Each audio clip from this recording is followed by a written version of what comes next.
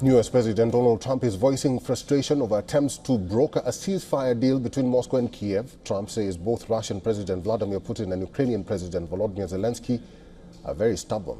At a press conference on Friday, the US President said he has been surprised and disappointed by the Russian bombing in Ukraine. And you guys, you and your team deal with a very stubborn Vladimir Putin. Yeah. Do you and look? And Zelensky. Yeah. But do you look at this very conflict? Stubborn Zelensky too. However, when one of the reporters asked the US President if he sees Putin as a good guy or a bad guy, Trump sidestepped a direct answer saying he would like to see the war come to an end as over 5,000 people are being killed every week in the ongoing conflict.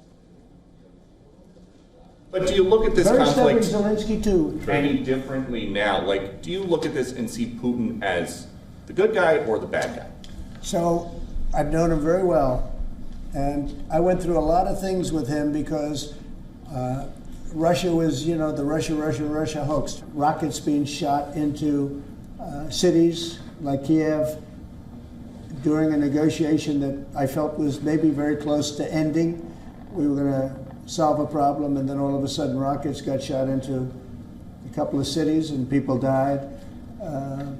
I saw things that I was surprised at. So, and I don't like being surprised. So I'm very disappointed in that way. With that being said, I'd like to see it end. Russia has told the United Nations that it is ready for a ceasefire with Ukraine. Speaking at the United Nations Security Council, Russia's United Nations ambassador said Moscow is prepared for a ceasefire, provided the West stops supplying arms to Kiev. The ambassador also proposed a second round of talks in Turkey next week.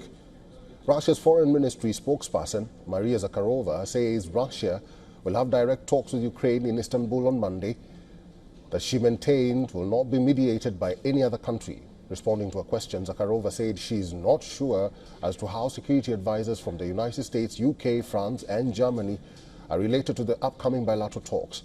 This comes after US's Special Envoy Keith Kellogg said in an interview that security advisors from the United States, UK, France and Germany will attend the bilateral talks in Istanbul.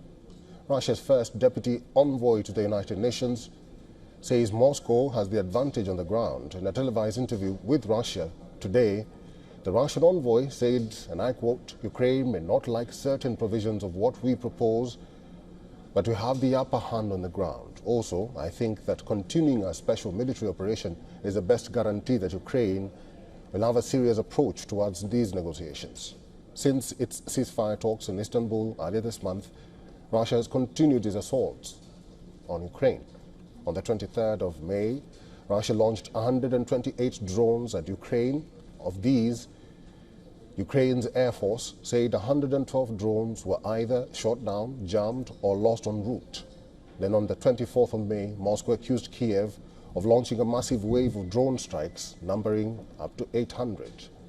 This was followed by Russia's largest airstrike on May 25th, when Russia hit Ukrainian cities and capital Kiev with 367 missiles and drones. Then on Saturday, at least one child was killed and another injured following a Russian missile attack in the Zaporizhia Oblast. Ukrainian authorities said several houses, buildings and cars were damaged.